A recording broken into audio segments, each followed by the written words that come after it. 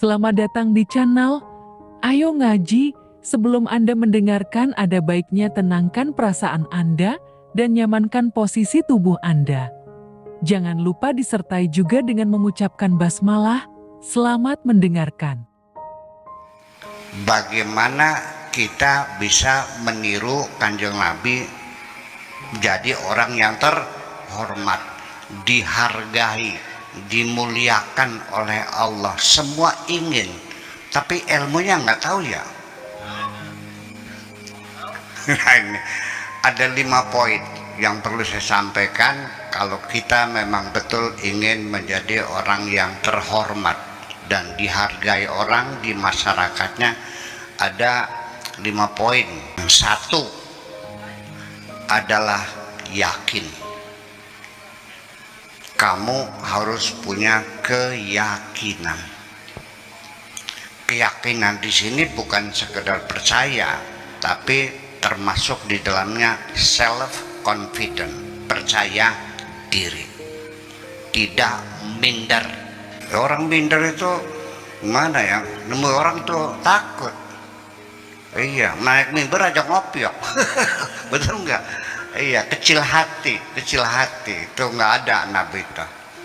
Ya, padahal Kanjeng Nabi itu terlahir sebagai anak yatim. Yatimnya yatim dalam perut. Betul nggak? Masih kecil ibunya mati lagi. Ikut sama bapak tua mati lagi. Ikut sama paman menggembala kambing buat makan sehari-hari. Kanjeng Nabi dengan penuh kesengsaraan dan penderitaan sejak kecil. Dia harus cari makan sendiri, menggembala kambingnya orang Mekah. Dia tidak punya rasa kecil hati. Ini untuk anak-anak muda. Kalau engkau punya cita-cita, satu, tanamkan keyakinan dalam dirimu. Di dunia tidak ada yang mustahil ketika Allah berkehendak. Innama amruhu idza arada syai'an ayyaqula lahu kun fayakun. Saya Buya pengen jadi dokter. Oke, silakan. Nanti jalannya bagaimana? Masih dalam rumah, nanya jalannya mana? Keluar aja dulu, nanti gua jalannya kelihatan kok. Betul nggak? Jangan melempem. Betul jadi dokter, buktikan sekarang melangkah awal. Yang rajin sekolahnya, hafal semua pelajarannya, rebut ranking 1, kan begitu salahnya. Kalau kamu pengen jadi dokter, jangan ngelihat bapaknya tukang beca. Kalau kamu pengen jadi insinyur, jangan melihat bapakmu itu tukang buruh tani, nggak ada urusan. Nabi Muhammad juga terlahir anak yatim kok, sampai menjadi tokoh dunia. Semua orang besar adalah keluar dari penderitaan. Betul nggak? Dan negeri ini juga yang akan memakmurkan negeri ini, memajukan negeri ini, bisa menjadi negara besar nanti yang akan membangun negeri ini dan orang-orang yang hidupnya ditindas sehari-hari, bukan orang-orang yang dimanjakan oleh negara itu. Dengarkan baik-baik. Betul? Setuju? Itu persoalannya. Iya. Bukan dimanjakan dengan fasilitas. Wah, udah berfoya-foya. Nah, itu semua yakin aja dulu. Itu yang penting sekali adalah percayalah bahwa tidak ada yang mustahil di dunia ini. Jangan nanti jalannya bagaimana. Nggak usah mikir. Iya, perjalanan 1000 km mesti diawali dengan langkah pertama dulu. Betul? Makanya dalam hadis-hadis Nabi itu, barang siapa yang artinya keluar dari rumah untuk mencari ilmu, Allah akan buka pintu-pintu sorga. Maksudnya mendorong semangat orang belajar, nanti akan dapat kemudahan-kemudahan dari Allah. Iya, saya juga belajar keluar juga bukan beasiswa resmi, datang saya dadak mentak, dadak menteri. Iya, setiap pagi di departemen pendidikan tuh nunggu menteri datang minta beasiswa. Ya mereka juga lihat orang yang sungguh-sungguh pasti akan menolong dong. Kalau ada orang sakit datang kepada saya, nggak punya uang buat beli obat, saya bantu. Sekedar terharu, sekedar melas. Tapi kalau ada anak yang pengen sekolah nggak ada biaya, saya nangis lah. Percaya nggak? Nah itu persoalannya. Iya, itu otomatis. Ya, itu saya yakin. Gue yakin, yakin. Sekarang kenapa kamu ketakutan menghadapi kehidupan? Dulu kamu keluar kan awak abang, kamu terusin awak abang kan. Sekarang punya anak, punya istri, punya pekerjaan, punya rumah, jadi ketua DKM lagi. Ya iya, saya juga sama, dulu nggak bawa apa-apa, dan di pulang juga tidak bawa apa-apa kok. Jangan berkecil hati.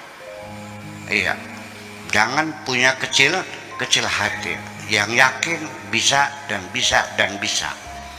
Kalau kita ragu-ragu, bisa atau tidak, bisa atau tidak, ya tidak nantinya. Jadi bisa, berapapun harganya. Nah itu yang jadi persoalan, ibu-ibu sekalian.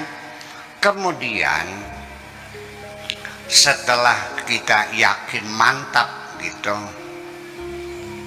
siapapun yang punya niat yang baik, percayalah akan diberi kemudahan oleh Allah. Iya. Wa man lam ya'taqid lam yantafi'. Kalau orang tidak punya keyakinan yang kuat, nggak ada manfaatnya kamunya. Akan terombang-ambing oleh gelombang kehidupan yang gak jelas. Iya dong. Nah, yang kedua, supaya engkau menjadi orang terhormat, berwibawa, disanjung orang, setelah punya keyakinan, punya visi dan misi, punya program, punya target, punya tujuan yang jelas, itu penting. Yang kedua, setelah kita yakin, itu yang kedua adalah al-ata, kedermawanan. Itu yang buat orang terhormat adalah karena kedermawanan. Kedermawanan ini ibu-ibu tidak mesti harus uang. Tenaga juga bisa. Nyumbang masjid, ini kan belum selesai katanya, masih ada yang kurang ya. Oke. Kalau nggak bisa nyumbang uang, dia nyumbang tenaga lah. Bisa nggak? Hari Jumat, pada Jumat, sehingga yang baju ikut ngaduk semen kan gitu, nyumbang tenaga. Bisa kan? Iya. Kalau seandainya tenaganya nggak bisa, udah tua, suaranya enak, ya buka seser, selawatan deh. Lah iya, suaranya nggak enak, ya sudah, dedonga dengan doa, doakan masjid ini supaya cepat jadi. Selesai kan? Nah, bagaimana orang itu kaya, lalu kepengen dihormati karena kekayaannya, nggak ada urusan. Jangan salah paham, hei orang kaya. Aku menghormati kamu bukan karena kekayaanmu, nggak ada urusan. Jelbadogun dewek. Tenghormati soten bakasirannya loman, paham bikin ke? Mendecung apa? Orang pinter juga, jangan kau minta aku menghormatimu karena kamu kiai besar, nggak ada urusan.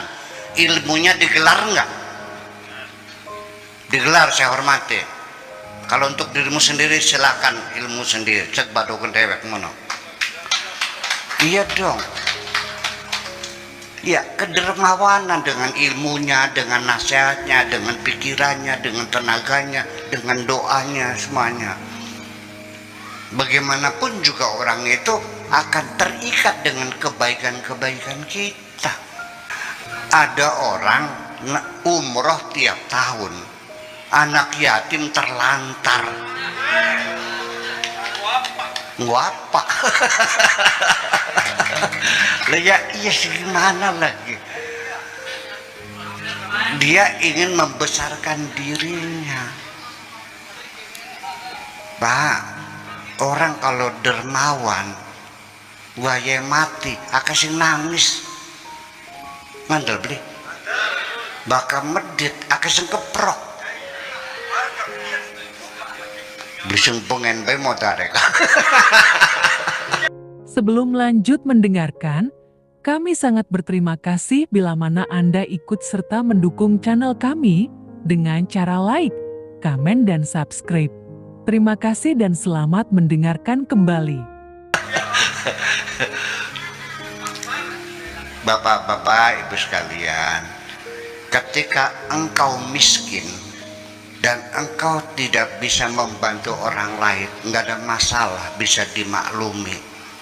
Tapi pakai sirene sugih, medit, nyemengit, akeh wong sengit tadi bilang anjon. Percaya nggak? Orang kaya medit, banyak yang benci, banyak yang mengintai.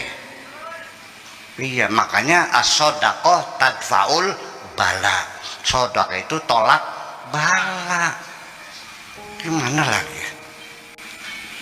Ya sudah, barang tentu ini mauludan. Berapa patungannya?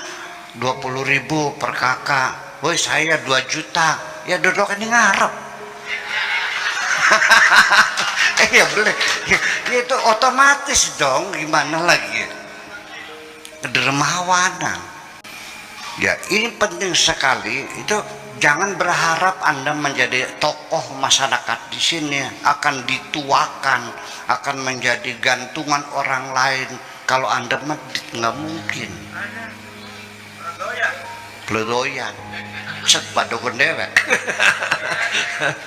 Nah, itu persoalannya, ya. Itu kedua, jadi masih dermawan, yakin dermawan.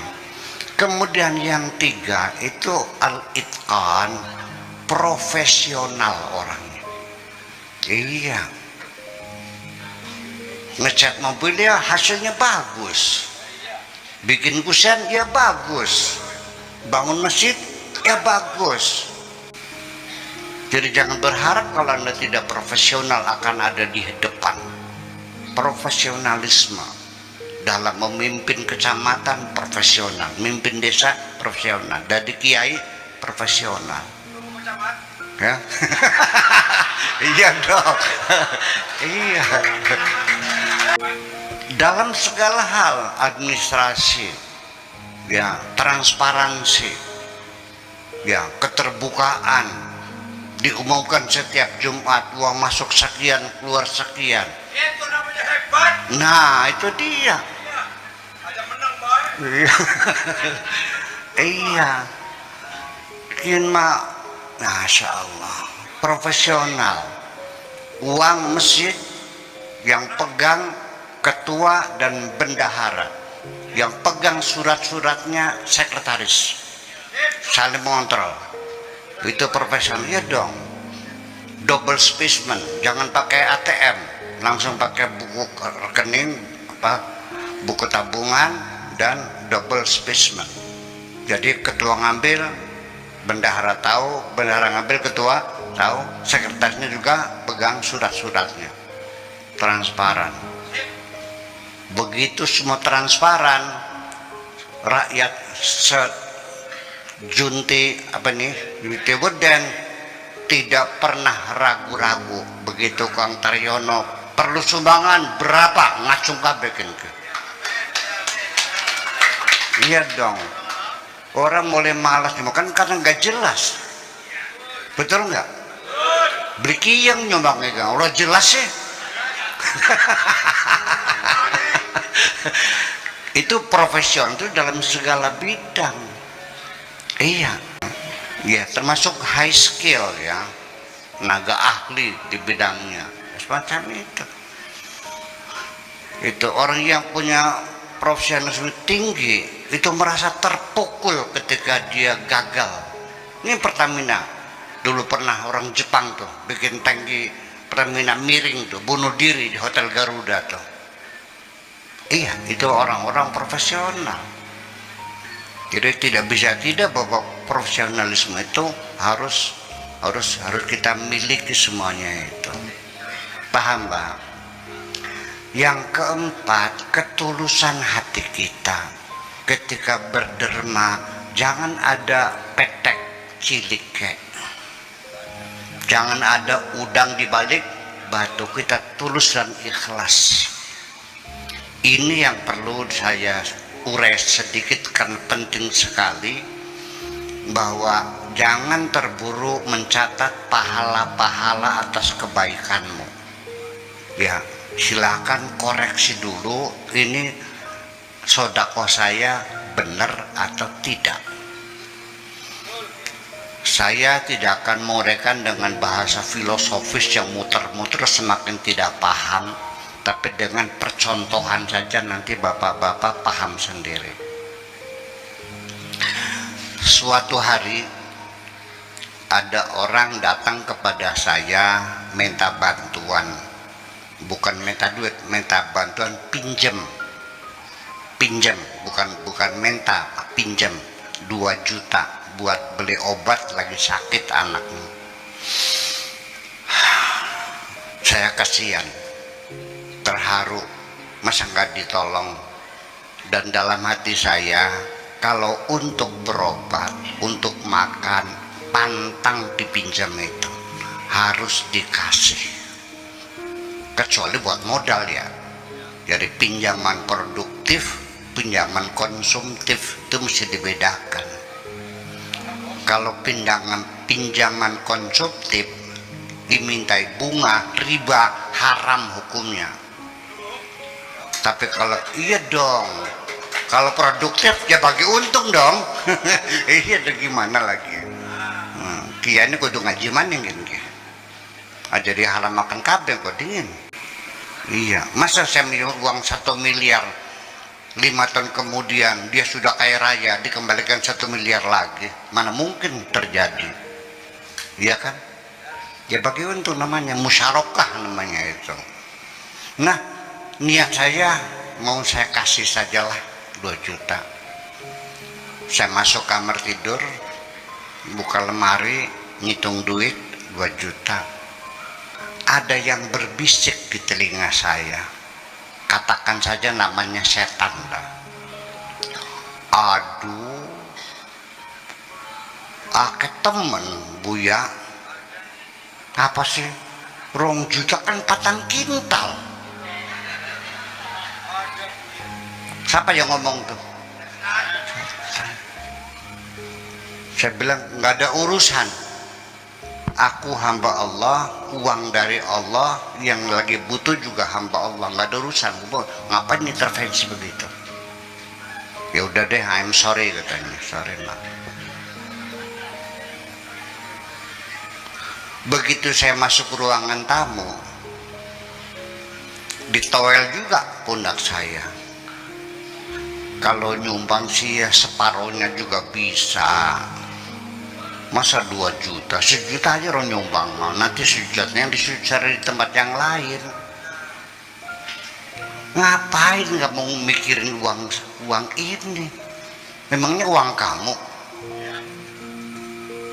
Bakal beliau tak tampak sih Raju. Ya bos ya, sorry. Bertengkar dulu. Tetap. Paham nggak? Setelah saya duduk di kursi, orang itu menunggu pemberian uang itu. Bisik lagi, Buya, bengen lagi sugika, kayak apa ngecedika? Diungkit kejahatan dia yang dulu. Dulu pernah menghina kamu, sampai menantang nih kalau pondok cara minta dia potong kuping. Betul kan? Iya betul. Tapi itu yang sudah adalah sudah. Aku tidak pernah menyimpan dendam dan kebencian kepada siapapun. Melongo iblis. Bayangkan. Begitu akan saya serahkan, Noel lagi ngelok bikin. Ngasihnya nanti Buya, jangan sekarang. Nunggu kalau sudah tamunya banyak. Biar ria gitu, saya bilang. Jadi supaya nunggu tamu banyak, supaya dilihat, supaya orang kagum, orang menghormati. Di balik ria ada kemusyrikan. Karena engkau ingin dilihat orang lain, berarti engkau tidak merasa cukup disaksikan hanya oleh Tuhan saja. Paham demikian? Jare wa kafa billahi syahida, cukup Allah yang saksi. Kalau engkau pengen lihat orang, berarti engkau tidak merasa cukup Allah sebagai saksi, masih kurang. Bayangkan, log doblikin. Nah, itu rahasia musyrikan. Jadi artinya jangan anggap gampang ya kita berbuat kebaikan saja sampai final murni untuk Allah itu perjuangannya panjang dan tidak selesai. Paham bikin ke? Tidak semudah itu. Ini perlunya keikhlasan seperti itu. Nah, terakhir adalah al-jaudah, berkualitas. Artinya berkualitas, hasilnya bagus dan sempurna, bukan hanya sekedar selesai kerja, bukan hanya sekedar goyang, tapi juga hasil pekerjaan kita memuaskan. Nih bedanya, orang Australia kirim apel ke Indonesia, yang bagian pengepakannya nggak tahu mana yang dipak tuh. Akhirnya apel yang BSBS masuk dipak, dikirim ke Indonesia. Majikannya nanya, mana yang BS-nya? Udah dikirim. Wah, panik dia. Panik. Iya, ini kan kita kan dagang, jual beli. Jangan mengecewakan orang dong. Langsung kirim telegram kepada impor Indonesia, tolong musnahkan apel-apel yang rusak, yang baik musnahkan, akan kami ganti segera dengan yang baru. Paham bikin ke? Nah, itulah al-jaudah, sempurnaan, kualitas dipertahankan. Bakal wong dagang pelem ning Jati Barang mah, orang jual mangga di Jati Barang, yang bosok-bosok di bawah, yang bagus-bagus diborong oleh orang kaya Jakarta secepon-ceponnya. Alhamdulillah payu kabeh. Itu bedanya. Paham? Nah, jadi artinya cobalah kita tanamkan sifat semacam itu supaya kita menjadi orang yang terhormat, yang disegani, yang tersanjung dan sebagainya. Nanti sampai mati juga akan banyak orang yang menangis kehilangan dirimu itu. Ya, dan yang mendoakannya kayak Nabi sampai sekarang sama. Ya, Syekh Syarif itu sampai sekarang orang mendoakan, betul nggak? Lah iya, Kanjeng Nabi sealam dunia mendoakan dia. Dan kalau kita masing-masing saling menghormati, saling menghargai, saya kira akan jadi masyarakat yang paling damai di sini. Terima kasih. Assalamualaikum warahmatullahi wabarakatuh. Anda telah mendengarkan hingga selesai. Semoga video ini bermanfaat untuk Anda. Semoga kita selalu berusaha untuk bisa bertaubat kepada Tuhan dan selalu dalam ampunan Allah Azza wa Jalla. Terima kasih. Bagaimana caranya kira-kira selesai bulan puasa, semangat ibadah dua kali kita hati kita menjadi pada fase berapa nih? Ada pencurian sosial terus